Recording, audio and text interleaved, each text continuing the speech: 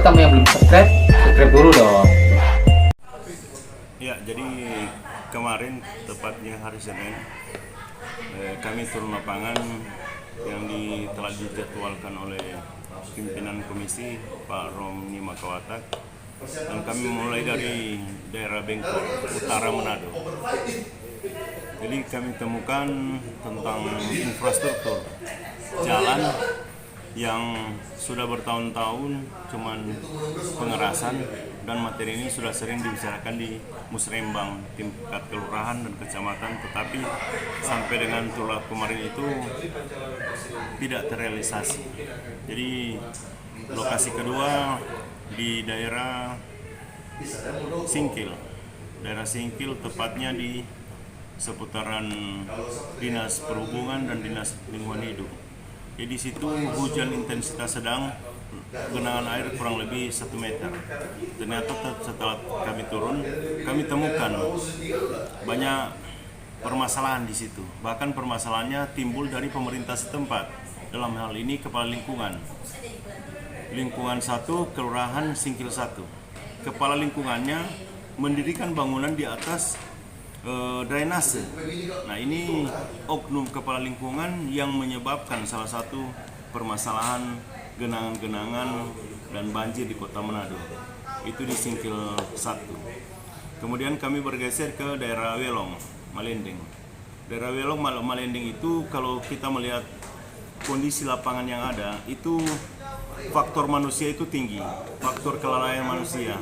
Manusia dalam hal ini pengembang yang ada di daerah Ring Road. Ada penembangan, ada pematangan lahan yang mungkin tidak berdasarkan kajian AMDAL, sehingga menyebabkan daerah ini kena dampak yang luar biasa bencana kemarin. Lumpur-lumpur tanah, sisa-sisa buangan dari daerah itu masuk ke perumahan penduduk. Jadi kami melihat langsung di lapangan kondisi yang ada, andil masyarakat, andil pengembang, andil pemerintah juga. Kemudian wilayah berikut kami bergeser ke daerah Winangun. Daerah Winangun itu hampir mirip, sudah ada penyempitan.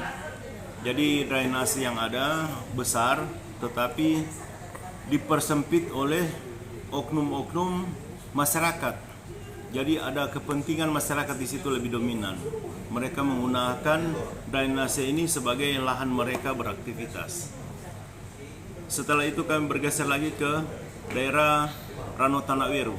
Nah, Rano Tanakwiru ini riskan. Kalau saya melihat permasalahan yang ada di Rano Tanakwiru itu terjadi dikarenakan kelalaian pemerintah. Kenapa? Ada bentangan sungai yang mengakibatkan hampir putusnya akses masyarakat, dikarenakan saluran air itu proyek tahun 2014 menurut informasi dari masyarakat. Sisa bangunan yang dikerjakan waktu itu dibiarkan, harusnya diangkut, tetapi dibiarkan sehingga terjadi pengikisan terhadap jalan yang putus tadi. Itu andil dari proyek pemerintah tahun 2014 kemarin. Proyek pemerintah dalam hal ini Balai Sungai. Saya kemarin langsung berkoordinasi dengan salah satu unsur di Balai Sungai, mengatakan aset yang ada di Rano Tanakwiru adalah aset Balai Sungai. Itu Sungai Sario, tapi letaknya di Kelurahan Rano Tanakwiru.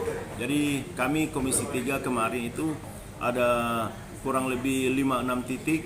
Kami turun, kesimpulan kami yang kami temukan tentang dinamika bencana banjir dan tanah longsor kemarin itu andilnya dari beberapa unsur. Andil pertama adalah masyarakat, andil kedua adalah pengembang juga termasuk masyarakat, dan andil lebih tinggi lagi adalah pemerintah. Jadi unsur-unsur ini yang menyebabkan Kota Manado ini porak-poranda dengan keadaan bencana banjir kemarin. Demikian.